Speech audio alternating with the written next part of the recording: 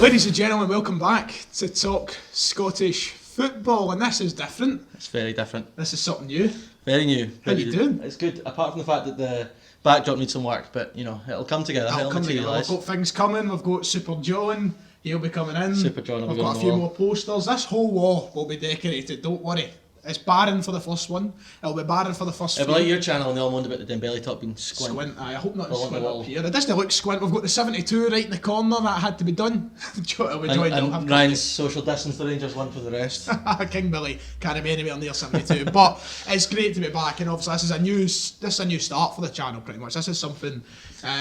This is like season 2 almost. Season 2, yeah. A rebrand of the channel. Absolutely. So of course the big news is we've moved in. Yeah, man. We're not breaking any COVID guidelines for anyone to start shouting in the comments. We've tried to social distance. We live in the same house, mate. It doesn't matter. I know, exactly. So we're fine. And we've got another flatmate who'll probably appear at some point in the Scud. Don't know. We'll see how he comes across. And we're looking to get guests on. It's going to be a big week, of course. This is a massive week for Scottish football. We're just off the back of a massive week. I know, exactly. It's mad. We've not had a lot of time to sit down and cover the international football because of the flitting and everything else in between.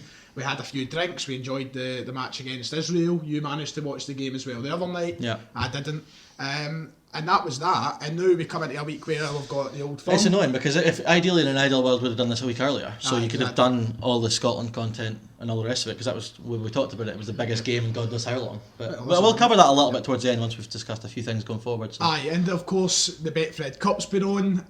We've got your leagues starting back. The leagues a big speciality of what we wanted to do with Talk Scottish Football when it started was, of course, present something for the Championship, League 1 and League 2, which wasn't exactly there. And that was bringing expertise from yourself, who gets to go and cover these matches. Say expertise, use that very loosely, but... Well, you see a lot more of it than me. And since starting this, my knowledge has just grown so much from watching more League 1, League 2 and Championship football. Yeah, it's one thing we want to talk about Scottish games as much as possible, and a lot of that is lower leagues. It's League 1, it's League 2. We did loads of that. The amount of time we spoke about like Cove in the last year, Edinburgh City when they were fighting for League 2, Falkirk and all that, Wraith Rovers in League 1, Airdrie and all that. That was one of the main things of the podcast right at the start, was we went through each league every weekend, and we'll keep doing that. And that's one thing we want to cover up here as well. We want to get a wee Allo Athletics. We've got wee lowly seaside teams like Partick Thistle up, so you know, there's that seaside team, down by the Kelvin. But it's going to be a massive week. We've got Div coming on. We've got Div coming on for the old firm. That should be tasty. A lot more to cover, and it's going to be exciting. So where do we jump into cover here? This isn't a full-fledged podcast. This is the introduction to season 2. We're going to keep things short, straight, simple, to the point today. But we may as well talk up the Scotland team just now, because Steve Clarke, what a job he has done. This is mad though, because see, like before Thursday and even after Thursday, I still feel like there's a big divide, and there's two ways you can look at it with Steve Clarke. You can look at it, right, he's finally doing what we wanted him to do, in that Scotland are difficult to beat, they're keeping clean sheets, they're winning games. It's all we've wanted for so long as Scotland fans. Whereas for so long we've had teams like Strachan's team used to score quite a few goals. It was entertaining to watch at the start. But we conceded far too many. So it's a weird one, and I'm starting to slowly go from going, this is boring, man, we need to start creating more chances. But if we win 1-0, I don't care, as long as we win. And you know, we've got a massive chance tomorrow night to go 4 points clear at the top of the Nations League group. But what about last Thursday though? Kenny McLean, man, the coolest man in Scotland. It was tough to watch when we had a few drinks in us. It was because it was a so game, and over the park, I don't feel like there was any individual performances that really stood out, because even when you watch it, and when you look back, it's easy for us to say, do you know what, I think McGinn had a good game, I think McGregor had a good game. Defensively, I think the backline was good. But at the time, I just feel like when I was watching it, and when we were watching it in Malone's, I was like, there's nobody here really standing. I felt like there wasn't a game winner on the park at the time. Looking back, I'm not going to complain. We got the job done. Penalty shootout was great, as Steve Clarke said. The hard work came together. You know, they worked on penalties. They seen it could have happened, and it did happen. We dealt with a really tough Israel side, because they're no mugs. We've looked a lot more like Steve Clarke's Kelly, I think. Exactly, but that's it. So what I was going to say was, despite the fact out on the field, I don't feel like there wasn't an entertaining player in the park. For me, there wasn't. I don't know about you. I just felt there was no entertainment value there. But what Steve Clarke's specialty is with managing football teams, and we've seen it at Kelly, he'd done it down south in England as well, his time at West Brom, his time at Reading, his ethic that he installs in the team to be so resolute and stay within a system and get everybody's concentration levels up it pays off. Yeah. It comes to, that's over the course of 90, 120 minutes, whatever you like, it will pay off. And that was a prime example. I think the lack of fans as well played a part. I mean, that would have been bouncing at Hampden. You'd have been driven great. forward. But, I mean, this is where it comes back when I said at the start, there's two ways to look at Scotland just now. The other way is, I mean, up until half-time in Slovakia, we didn't have a shot on target for like 160 odd minutes. We didn't have a shot on target for 120 against Israel, and then the first 45 against Slovakia. But ultimately, we end up winning both games. And you know, the big chance was a McTominay one against Israel. If that goes in, you win the game 1-0. You're thinking absolutely magic, great result, great performance. We did exactly what we need to do. And, you know, I mean, in terms of penalties, I don't know what England are struggling for, because they're a piece of piss, man. Absolute piece of piss. Well, it's not just now they've been struggling for the last 50 years with them. So, let's quickly cover, on the course of, I said there wasn't really any standout players. I didn't think there was, but over the course of the two games, McTominay for me. Okay. I thought over the two. I tell you, because the the last two games last month, they played in the back three. I was like, he's got all the attributes to do it, but didn't look convincing. A lot of the chances we could concede were down his side. I thought he was magic against Israel, and even better. Was it last night the game? And hats off to McTominay in the sense that the way he's managed to come in and be so versatile to play in areas which he's not really done at Man United. Like if Ole Gunnar Solskjaer's been watching, he should be picking up, but he's been playing at centre half over Maguire and all the rest, because he can do a better job than him, Lindelof, Bailey, whoever else is at United. For me, McTominay's a player who stood out. Of course, we rely on Big John. John is the best outfield player for Scotland. Yes, we can big up Robertson as much as we like, but McGinn is the man. He's the national team's talisman just now. He's what James McFadden was 10 years ago. Exactly.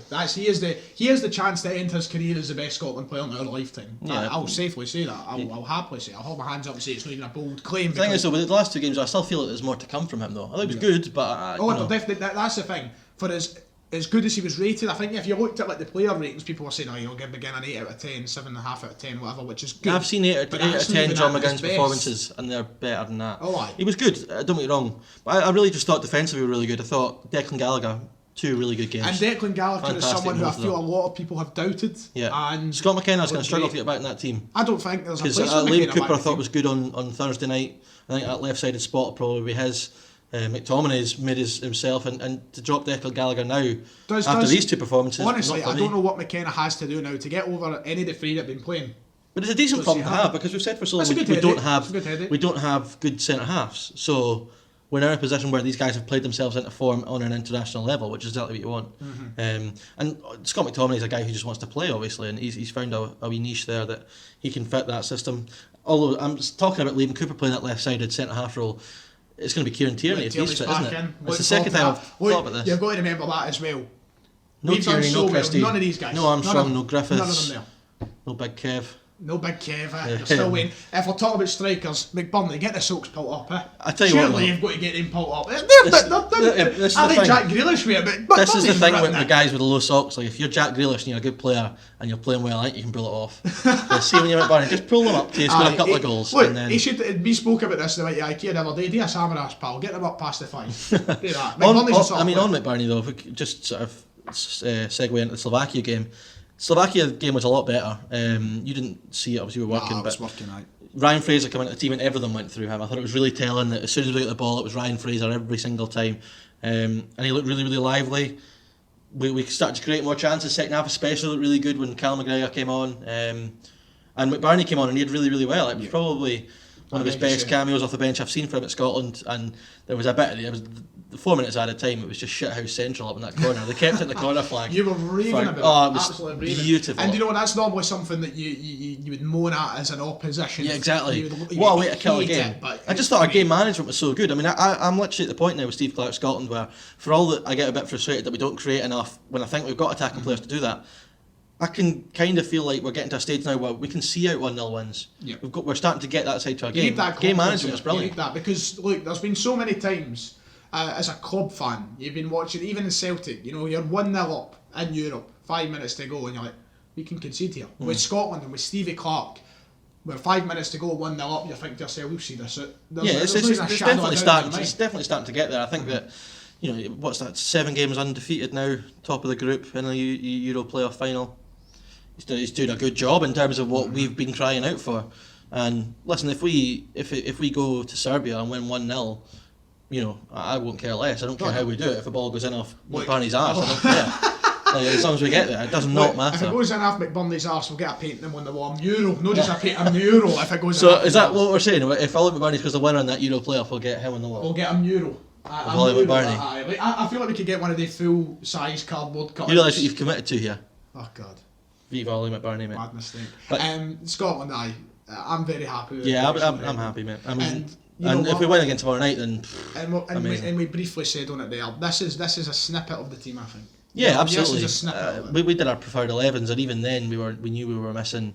Did we do that before we? We've done it before. We knew Tierney was gone, before we knew Christie was gone. But even then, you've got like Griffiths to come back in as well. I mean, gets a shout. Yeah, Nesbitt's definitely got to get a shout. That's an interesting one. Andy Considine, we've got to talk about him. Big Considine, we could steal the part, couldn't we? No, we're not going to do it. But yes, the answer is he can boogie. He absolutely can boogie. I thought he was really, really good. And the first couple of minutes, he looked a wee bit nervy in the ball. But as Stevie Clark said post-match, I saw a few people saying that Ryan Porteous was in the squad, why didn't he get the shout? Well, Andy Considine's a left footer playing left of back three for Aberdeen. It's a like for like in terms of that role. And he did not look out of place at all. Do you think Considine could get another call? Listen, if we go into next month and there's injuries, I think he's proven to Steve Clark he can do a job. Top of the list. Well, top of the backup list. Well, I still think you're going to have, if you ended up with, say you had McTominay, Gallagher, I think you're looking at McKenna, Cooper, Tierney, then Considine. Okay. Not necessarily in that order, but I just think he's an option now. He is an option, and you know, absolutely good for him. He seems like a really nice guy. Everyone raves about him, and he's deserved this. He's absolutely deserved that. 500 plus games for Aberdeen. You know, throughout his career there would have been chances where he should have got the call. I mean, we've seen some dreadful centre half play for Scotland that he never got a call. I mean, Jack Hendry's played for Scotland. You know. Tells you all you need to know. So, yeah, absolutely fair play to Andy Considine. He'll be delighted. Tell you what though, Jack Hendry looked good in this though. Always looks good. Good looking boy. Where is he? Is he still in Australia? No, he went to Belgium. What did he He's in Belgium just now playing for what's it called again, Zulte Varem or something like that. Well. And he's been ranting and raving about how the Belgian game is so standards above the Scottish game. Well, I mean, we all saw, was it Fir Hill where he just ran off the park or whatever? Nightmare. Oh man. Anyway, that's Scotland. On a domestic football. And very quickly for this roundup of the just what we've missed out on. So, back. Pars are back, mate. Pars are back. 2-0 against the I've not been looking forward to this. Superb. Betfred, a couple of those were good. I mean, I was lucky enough to get 2 games over the course of the weekend. I know, so you're in the lucky position where the majority, and I'm going to say the vast majority, probably 99% of the listeners of the Talk Scottish Football podcast have not been at a football game since March. Yeah. So you're in the fortunate position where you've been able to attend 2 now in the past week. Yeah. And how, number one, I want to ask you, because there's not a lot of people we can ask about this in this circumstance, how's that been? What's it been like being in the stadium? It's weird though. I don't know. I mean, we asked Peter Martin about this right at the start when we had him on, because I think he went to the first weekend. He went to Celtic after Hibs. No, he was at Easter Road, then he went to Celtic. And yeah, it's strange. The strangest thing is, especially for that magnitude of a game on Friday night, Dunfermline Falkirk, big game, would have been a massive crowd there, big atmosphere. The teams are walking out the tunnel to silence, and it's just like, it's so bizarre. I mean, and that's a derby. And that's usually rocking. The weirdest thing, I mean, I thought the game would be a bit flat because of it, but actually it was a really, really good game. To be fair though, I think a lot of people who aren't going to games just now, and you see people in the media and so on, you think, oh, it's going to have to really strict. How do they? All the protocols and the rest of it. You go in, you do your track and trace, you get a temperature check, you go in, you sit down, you watch the game, you leave. I mean, it's do you really. Get high? No. Bring your own though, it's magic. Oh, you no. Bring your own bottles, There's a few bottles Iron Brew were in the press box. So it is really that straightforward. You do the temperature test and then you sit down. And I mean, we're sitting in the back there masked up the whole time. And there's absolutely no reason why you couldn't get a good few people doing that. And I mean, good couple of thousand and one thing I thought very telling was, of course, over the, and this is getting off topic of the domestic football. We'll return to that in a moment, because this is a very good point that you made yourself. So you've been up in your hometown for the past 7 months. You've not really seen the extent of what things have been like down here. You've only been able to see it through, Twitter, television. The first thing you said to me when we went down Buchanan Street the other day is, how come this place is packing? It's absolutely heaving, man. Heaving. But like, so how do we not do this? When I was in Glasgow pre-match, when I was living here last year, I wouldn't have known walking in the apart from the odd person in a mask, which, by the way, walking to Buchanan Street, the vast majority don't have. it just looked like business as usual. I mean, I'm cutting about in trains going into the city now, and the people without masks on and stuff. It's like, what's going on here?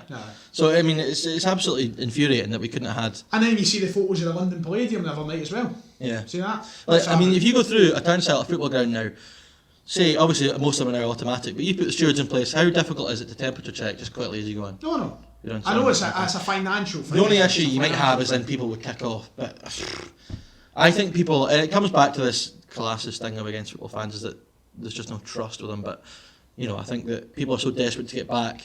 I tell you, what I will say though is I was back on Friday night, and whilst I was delighted to be back, and it was great to be in East End again, I didn't really enjoy it as much as I thought it was going to do. Like, I didn't. Really? Yeah, in terms of, like, I enjoyed it because we won, I enjoyed being back, and once the novelty had worn off in the second half, I'm sitting there and I'm freezing cold, and I'm sitting in an empty stadium, and there's no atmosphere, and it's just. And it's almost like I could be at home having a few beers. I think if people got to do like what I'd done on Friday night, once you've done it once, I think the novelty's kind of gone. Yeah. I mean, it is nice to be in football grounds, but it's just not the same at all. Not the same at all. And that's why the life is in the fans, and that's why we need them back. But as we were going to say, the domestic football is back. The Betfred Cup has started. A couple of teams, so we've seen Forfar who've had to forfeit games. Yeah, Kelly as well. Kelly as well have had to forfeit. They have found themselves in a position now where they're struggling to have first team players ready for the game tonight. So that's been a disaster in its own, but in terms of football and the results, Betfred Cup shaping up nicely. A couple of big results. St Mirren came from behind to win on penalties in their game against Queens. We've had a couple of other Peterhead at Tannadice. What a result that was! Yeah. It's been good, and it's good to see all these teams getting back now into playing regular football. Yeah, it is really good. I mean, we're going to have the Kelly thing's an interesting one because I think the game of tonight is going to go ahead. What I don't like about it is the game they had against Falkirk last week was forfeited, so then Falkirk walked away with a 3-0 victory. Yeah. So if that group was down to goal difference, you're dubbed.